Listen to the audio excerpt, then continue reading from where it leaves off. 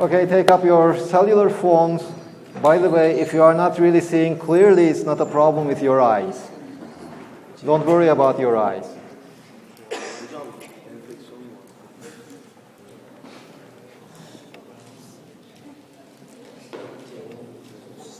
So this is one question. We have a closed surface, and we want to calculate we are talking about the charge, the flux, and the electric field on the surface. And we are considering a charge outside our closed surface. This is our closed surface, and we have a charge over here, out of it. So what does this charge do? Does it affect the electric field at a point on the surface? Does it affect the flux that goes through the surface, etc.?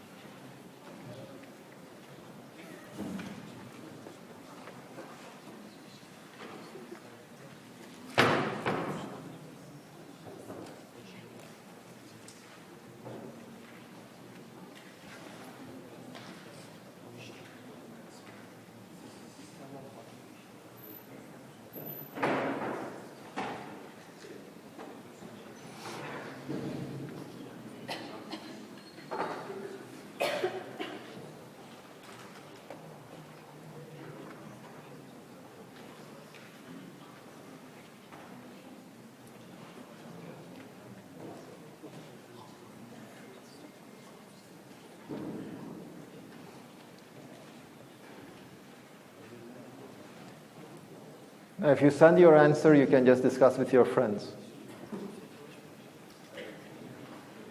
Make sure that they also have the same answer as you do.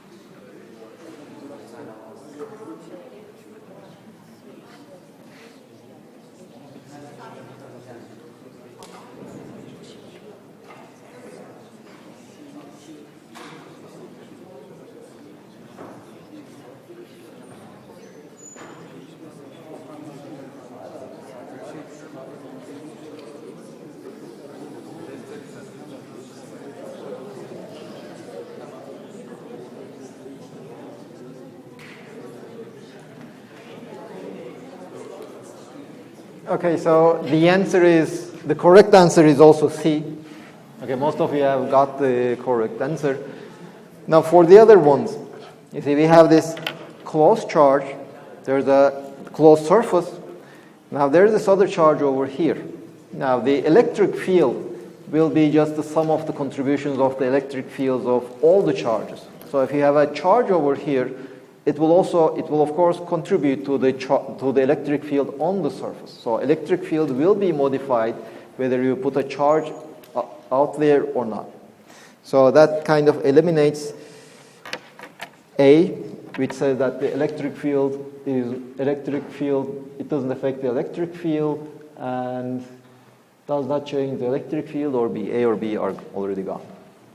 Now the electric field changes. Now the flux depends on the electric field. Nevertheless, if you have a closed surface, a charge outside this closed surface does not change the total flux on this area. The reason is if you put a charge outside, at certain regions of my closed area, let's assume you have this point charge over here. This is my closed area. Now at this point on my surface, this is my charge, this is my point on the Gaussian surface, the area element is pointing like this, the electric field is pointing in this direction, so the contribution to the flux is negative. Whereas if you look at this point over here, this is the area vector, this is the flux due to this point charge. They point in the same direction, more or less the same direction, so it contributes a positive.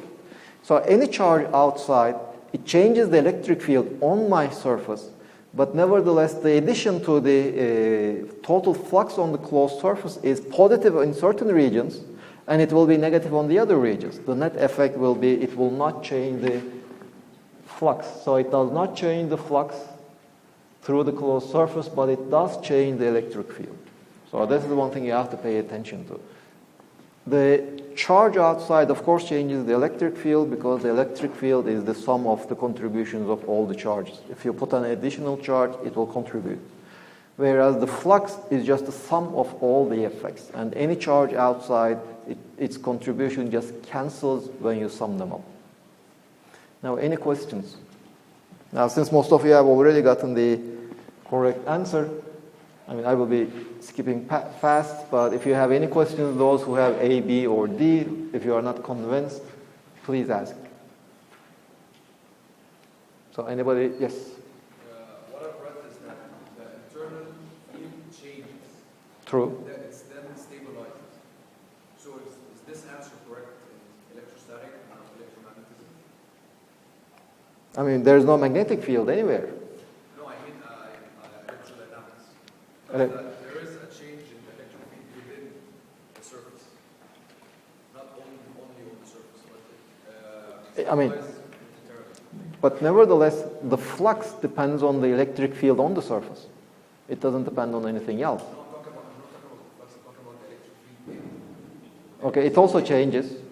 Yeah, but it then returns back to constant. No. Why should it? Does it stay constant? Nothing is constant. The electric field is not constant. It changes from point to point, depending on your charge distribution, of course. But in general, it will be just position dependent. It will not be it was constant in time, not constant in position. So is that why you said? Not necessarily. I don't have a conductor. I don't have a uniform charge distribution. You see, the electric field in a spherical shell is zero if the charge is uniformly distributed on the spherical shell. Otherwise, it's not zero. In a conductor, the electric field is always zero in statics. But in this question, it is neither a conductor nor a spherical shell. You just have some surface, any closed surface, hypothetical, whether spherical or not, it doesn't matter. And what we are discussing is the effect of a single charge that is outside. Does it affect the electric field on the surface and the total flux through this surface, this hypothetical surface?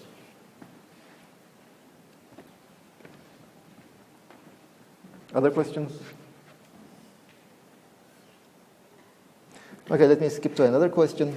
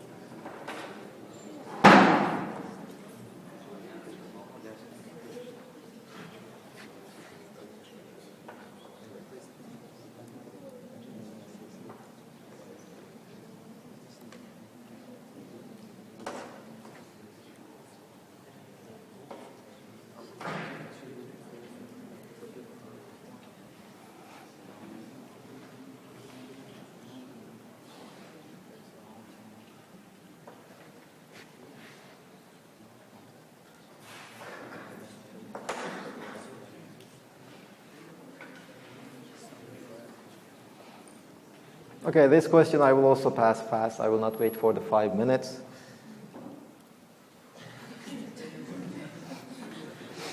Okay, I will assume that the answer E is also D. Well, it's valid for any surface. Now, one of the reasons why I'm asking this question is it always gets confusing. Students get confused. I tell it hundreds of times, and whenever I ask them, they just assume that it's no. So any surface is valid. Now, being valid is one property. Being useful or serving your purpose is another property. They are different things. It will be valid. Any surface will be valid. But most of the time when you're applying the Gauss surface, most of the surfaces that you can choose will not serve your purpose. It doesn't mean it's not valid, though.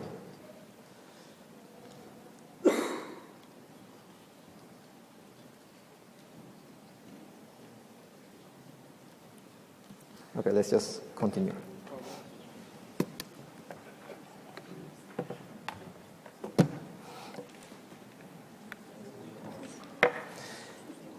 Let's do one more example. We had discussed this planar charge. An infinite plane that contains a surface charge density sigma.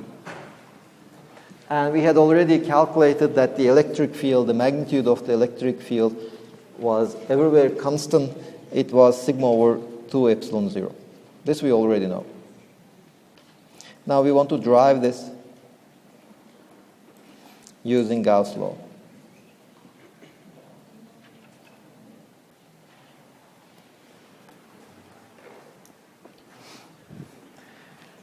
Again, the first step, what can we say about the electric field before applying the Gauss law? Before doing any integration, we had already calculated this result using the Coulomb's law. But if you don't want to use the Coulomb's law, just looking at the general properties of this charge distribution itself, what can we say about the electric field? And remember, this is not a square, it's just infinite surface.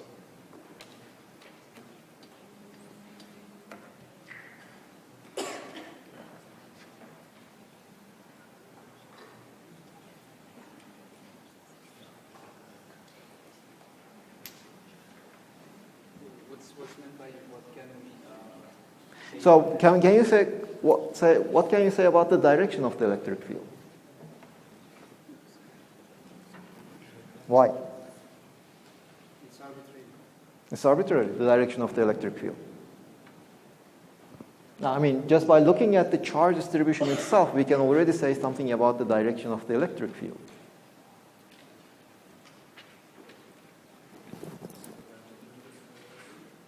Why should it be perpendicular?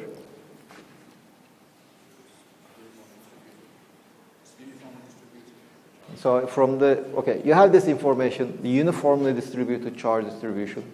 And from this information, how do you conclude that the electric field should be horizontal, perpendicular to the surface? So I just fill in those steps. What?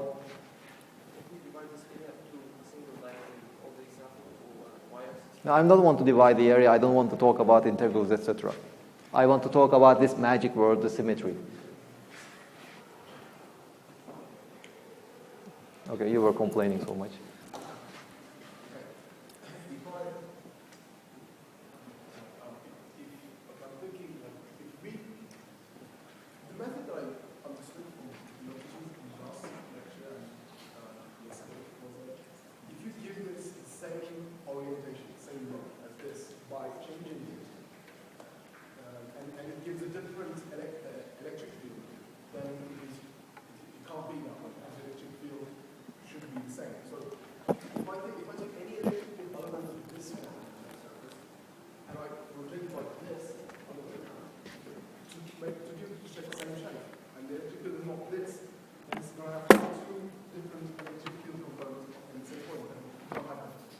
Okay, nobody was looking at you, so saying this doesn't mean anything to anyone.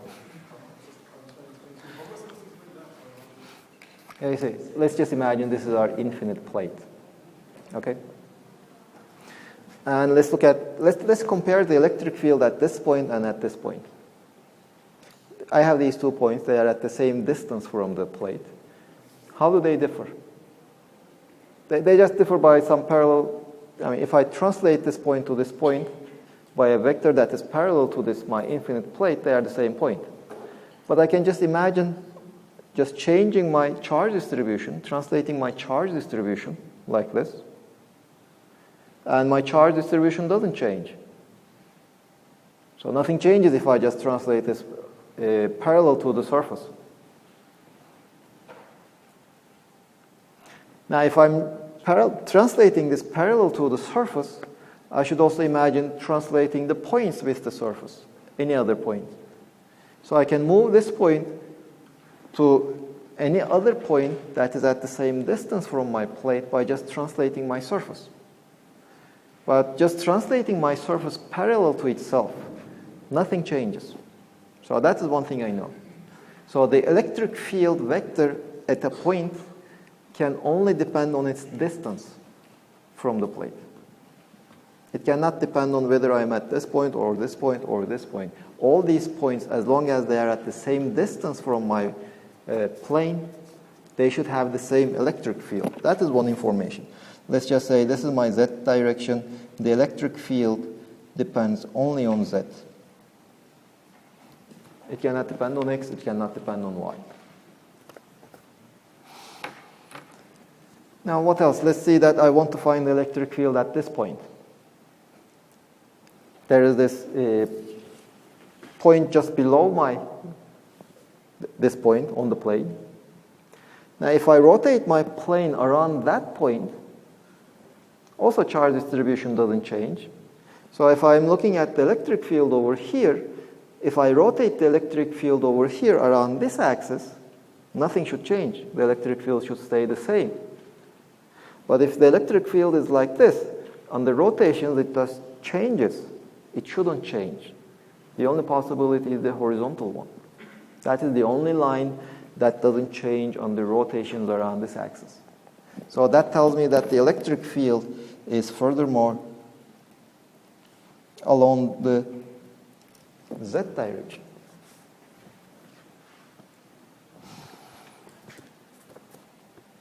There is one more thing that I know. Let's say E of z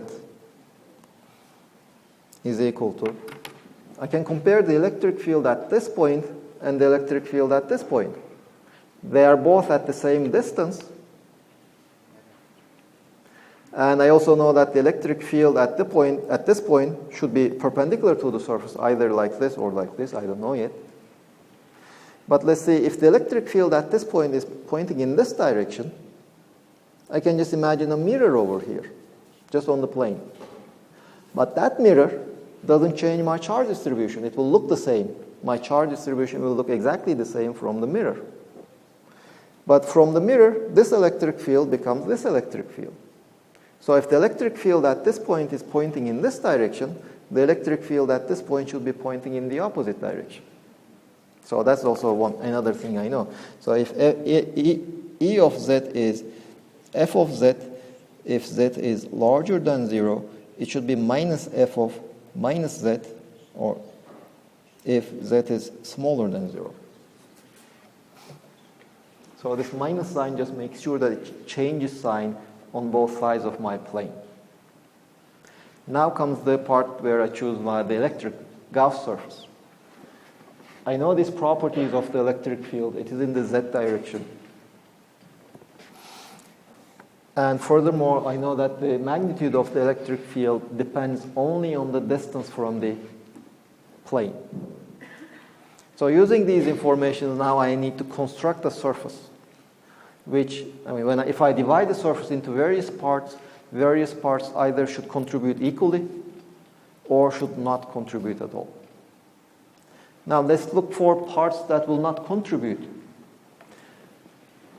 Electric field is perpendicular to my plane. dA, what should be the direction of my dA so that the dA dot E is 0? dA should be parallel to the plane. So if dA is parallel to the plane,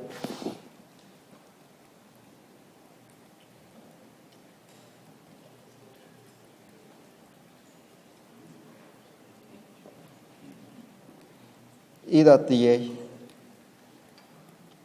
is 0 everywhere. So that gives me already a cylindrical-like shape. So dA should be parallel to the plane, but that means the surface, the Gaussian surface that I imagine should be perpendicular to the plane everywhere. Do you agree?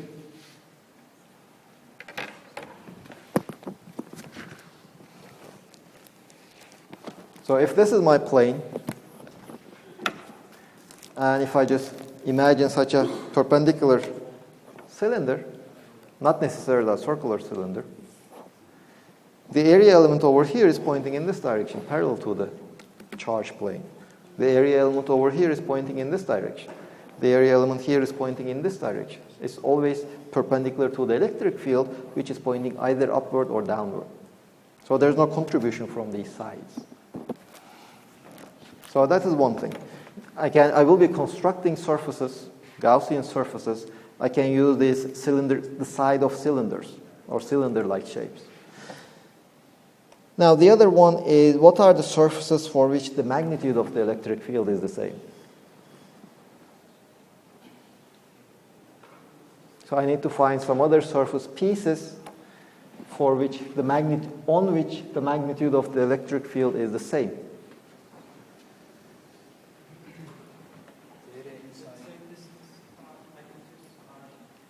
If Z is constant, the magnitude of the electric field is the same. Well, Z is the distance from my plane. So if this is my charge plane, if I imagine a parallel plane, that all the points on this parallel plane is at the same distance from my charges. So Z is constant, so the magnitude is constant on this plane. So those are my two different types of planes I can use to construct a full closed surface. And the easiest choice would be, you can just imagine one surface over here, or let me draw it differently. This is my charge plane.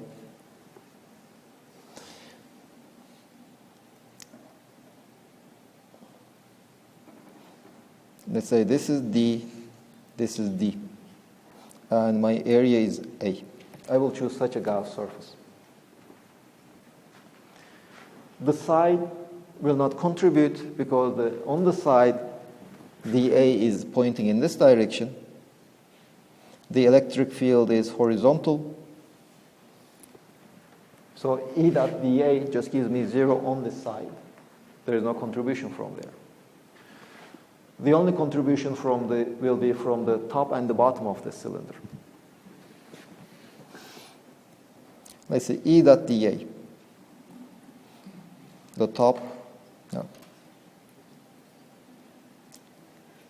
So I'm using the Gauss law now. I have already chosen my surface. So I have to evaluate this integral in terms of the unknown electric field. This is equal to E dot dA from the left tab.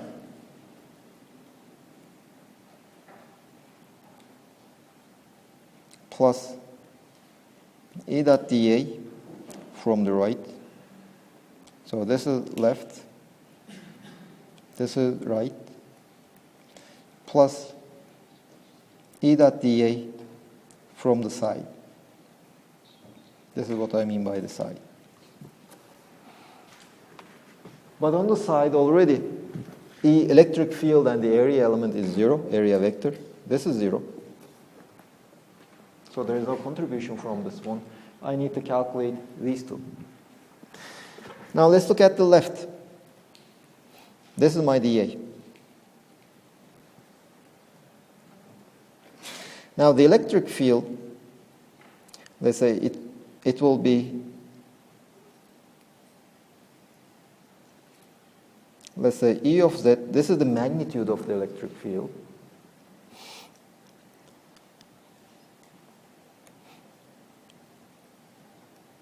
Or let's start from the right one.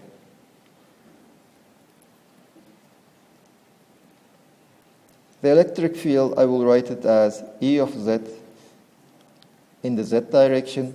dA will also be in the Z direction. So E dot dA will be just the product of E of Z and the magnitude of the area element. The integral of E dot dA on the right part will be just the integral of E Z, no, not the vector, E of Z dA. Now on the right, Z is just a constant. I can take it out. This is equal to E of Z. The integral of dA just gives me the total area, which I just called it A. And it doesn't have to be a cylindrical cylinder. It can be a square cylinder, square prism, or any arbitrary shape you take. It doesn't matter. This is the total area. Let's look at the left one. Let's look at this part over here. This one. Now the electric field will be minus E of Z. Now why did I put it like this? First of all, this Z over there is negative. But I know that the magnitude of the electric field at this point and the magnitude of the electric field on the other point, they should be the same. So Z is negative, but the absolute value of Z is positive. So this is the Z over here is already positive. This one is negative, but this absolute value makes it positive. And this just tells me that it is pointing in the opposite direction to the right one. So that's why I wrote it in this form. Now dA, this is equal to, it's in the minus Z direction also, minus Z direction times its magnitude. And so E dot dA becomes E of Z times dA. And so we are also left with the integral of E dot dA on the left is equal to E of Z times the area. Now this absolute value of Z is nothing but the distance from my plane. So I'm just saying that the electric field depends only on the distance from the plane. Of course, the direction is in one direction on one side and the other direction on the other side. So now we know the Gauss integral. E dot dA over the surface. Oh, by the way, it's not Z, it is D. Because I already said that these top and left and the right planes are at a distance D. So Z is equal to D. Now the integral of E dot dA is just twice E of D times A. So we know the Gauss integral now. Of course, we don't know E of D, but we still managed to evaluate this integral in terms of the unknown electric field. Now we know that E dot dA, or 2E times A, should be equal to the enclosed charge divided by epsilon 0. Now the enclosed charge in my cylinder, well, there's only this area over here, which is inside my cylinder and contains the charge. Well, the area is A. Sigma is the charge per unit area. Well, if the area is A, this is the charge per unit area, then the total charge here is sigma times A. Sigma times A over epsilon 0, and we see that the electric field is sigma over 2 epsilon 0. That's the result we had previously using integration.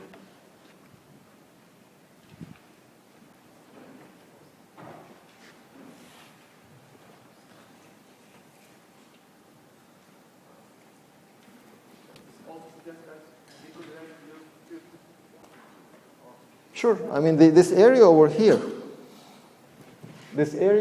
is arbitrary. It can be if you take this area to be a square and the side of the square equal to 2D, then you obtain a cube.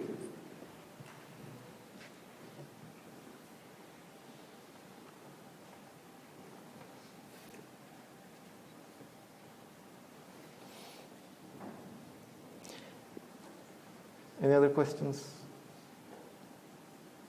Well, this basically completes all the cases in which you can use the Gauss law to calculate the electric field. We have the point charge, which is called the spherical symmetric. We have the infinite wire, which we say is the cylindrical symmetry, and the plane charge, which is the planar symmetry or the translational symmetry.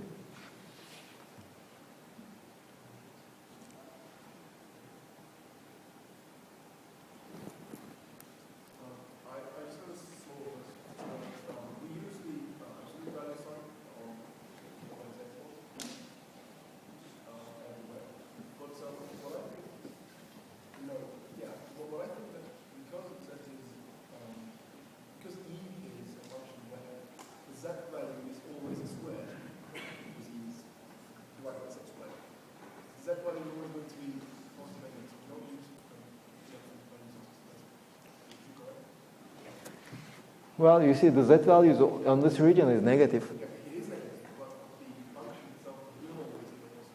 Well, you see, if you want to take write it the argument as z squared, that's also fine. No, not as z squared. I could also write it as minus z, because the function is always going to be. Well, the problem in that case will be this will be e of minus d plus e of d. Then, of course, I have to argue that these two things are equal. And they are. Yes. General expression for the cylinder case. I'm wondering, we didn't calculate without the boundaries. What are the boundaries for this integration? The boundaries? Yeah, how do you decide? Well, you see, integration, at least in these cases, we don't care about the boundaries. We all have these patches. So how do you specify these patches? Here in this case, I just need to sum the areas of the patches, and I know that it gives me the total area. Now, the integration limits for the infinite wire case, for example, we already did. It depends on how you define your patches.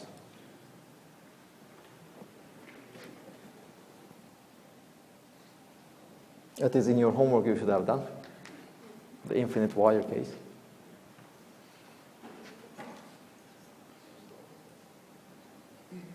Other questions?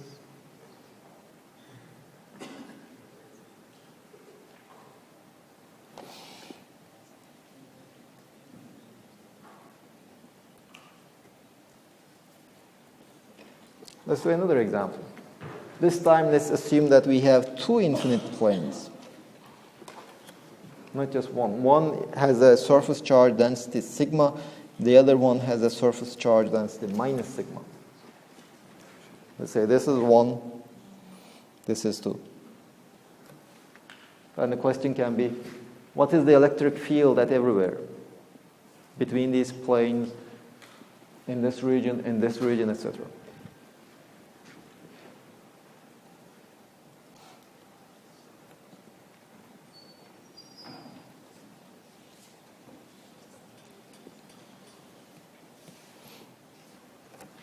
Now, at every point, the total electric field will be the electric field created by the positive charge distribution plus the electric field created by the negative charge distribution. Wherever you are, the electric field will be just the contribution of this one plus the contribution of the other one. Well, we had already solved this problem. We know what the electric field of a plus sigma charge distribution is. We know that it is uniform everywhere and it points away from the positive charge.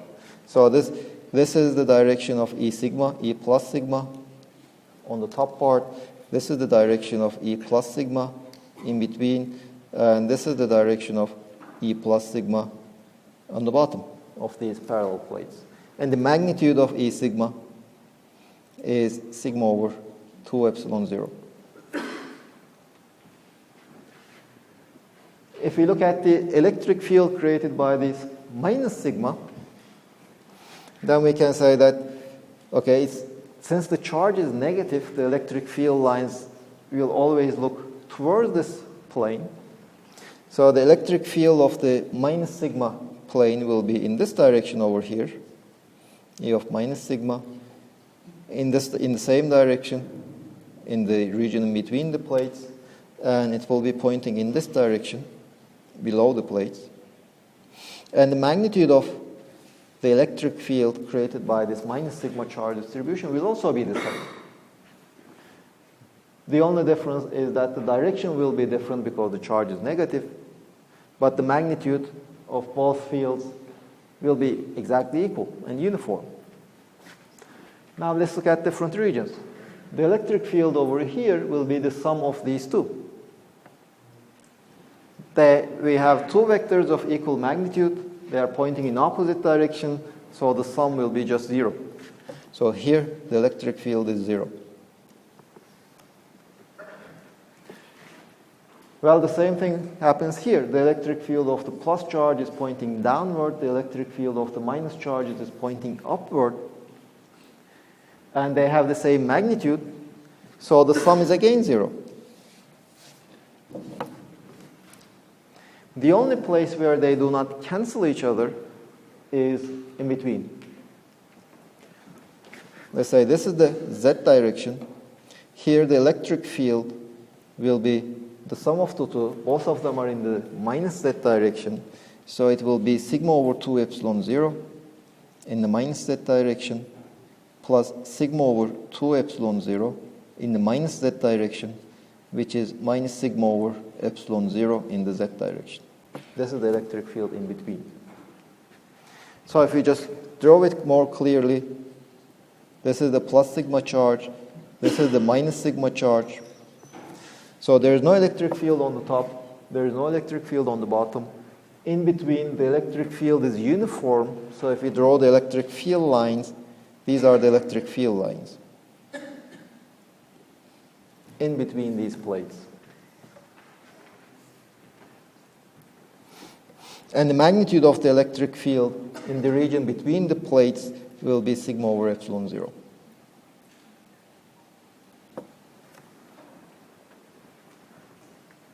So the upper and lower areas will be exactly. If you can create exactly infinite plates, yes. I mean, the distance from the negative sigma, for example, is somehow further from the source than the positive sigma.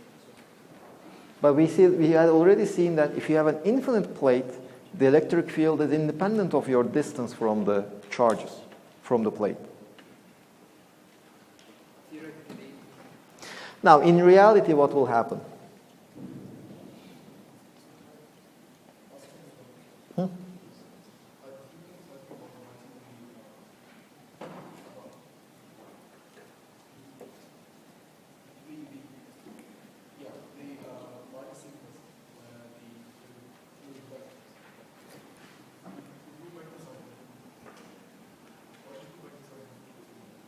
Why did I put what?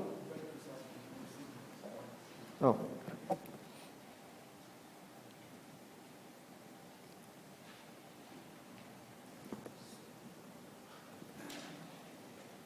There are so many vector signs everywhere. It's a little bit confusing about that. You said that some of the text, you said that yani bunların şey değil mi? İkisini birlikte bir efekt değil mi? Niye topluyoruz ki? Zaten artı ile ikisini beraber oluşturduğu bir alan değil mi? True. So that's why we are summing them.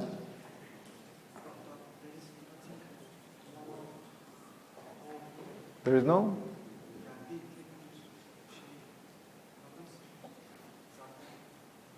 I didn't understand the question. You see, the electric field is always the sum of the electric fields created by the charges. Now, we had already calculated the electric field of one of them and also the other one separately. Now we bring them together So at a given point, the electric field will be the sum of the electric field created by the positive charges and the electric field created by the negative charges. So it's always the sum. That is the superposition principle that we talked about. So we know how much electric field each one of them creates, so we just sum them up to obtain the total electric field. Now, of course, in real life, as some of you had pointed out, the electric field created by a plane charge distribution is perpendicular to the surface. We said about, okay, there's this rotational symmetry, translational symmetry, etc. But there is also this thing, the other explanation where if this is your plane, if you consider this point, let's say this is your plane.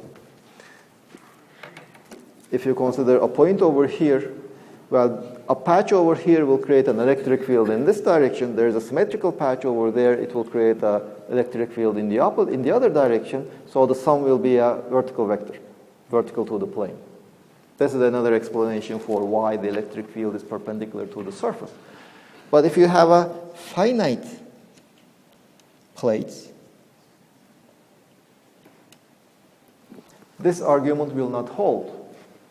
Because if you don't have, let's say you don't have an infinite one, but a finite one of this size, let's say you want to calculate the electric field over here at this point, and there's a patch over here which will create an electric field in this direction, but there's no other point. There's no other symmetrical point.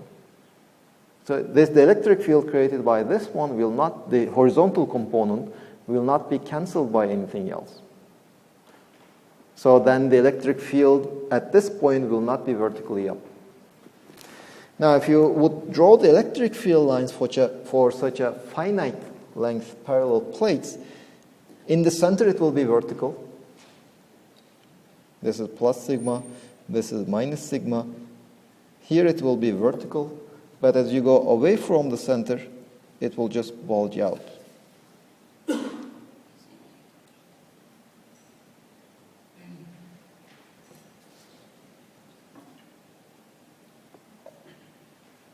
These are so-called the fringing effects, which become significant close to the edges. And of course, if you look at over here, there will be some finite electric field. Over here, even. Probably no electric field at that point. No, there will still be an electric field sufficiently far away. You see, for a faraway observer, this will just look like a point, a dipole. So here you have a positive charge, a negative charge. It will look like a dipole. Well, it will be very small, very, very small, but nevertheless non-zero.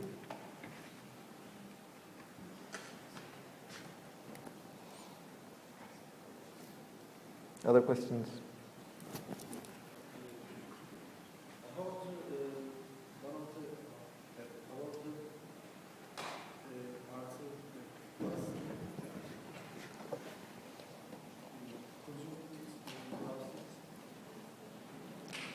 Over here.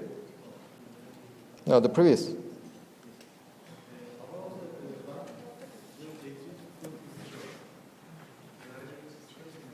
Yeah.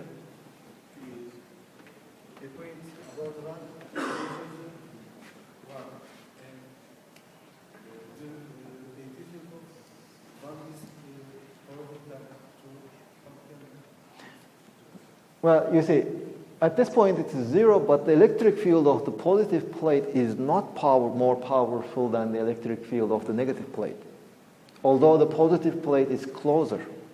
Because we had already seen that if you have an infinite plate, the electric field is independent of the distance. So you have an infinite plane over here, the electric field right here is exactly the same as the electric field where you are. It doesn't change with the distance from the charge distribution. So at this point, the electric field created by the positive charges has exactly the same magnitude as the electric field created by the negative charges, assuming we have infinite plates. This is not true if you have finite plates. If the plates are finite, as in this case, at this point, the electric field created by the positive charges will be slightly larger than the electric field created by the negative charges, if you have finite plates, not infinite, finite one.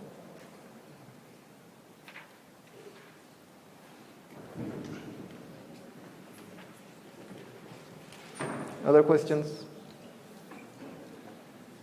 Can I ask a question related exactly to this discussion?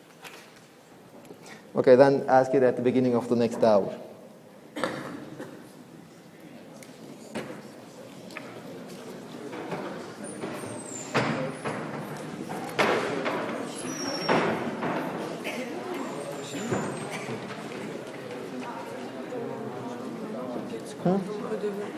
Geç almıyorum. İlk defa ödev yaptım. Devamını beklerim. Gerçekten. Gerçekten.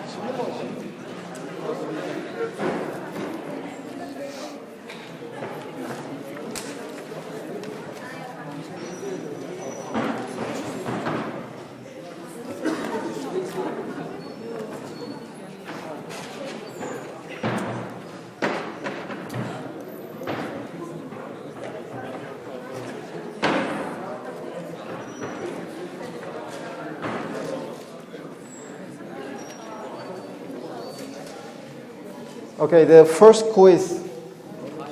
Now, there is a quiz, by the way. You are leaving, but I mean, there was all this motion. I didn't understand. I thought you were just spreading out so that you will not be looking at your friends' papers. There is. If you can you just check if anybody had left? There is a quiz.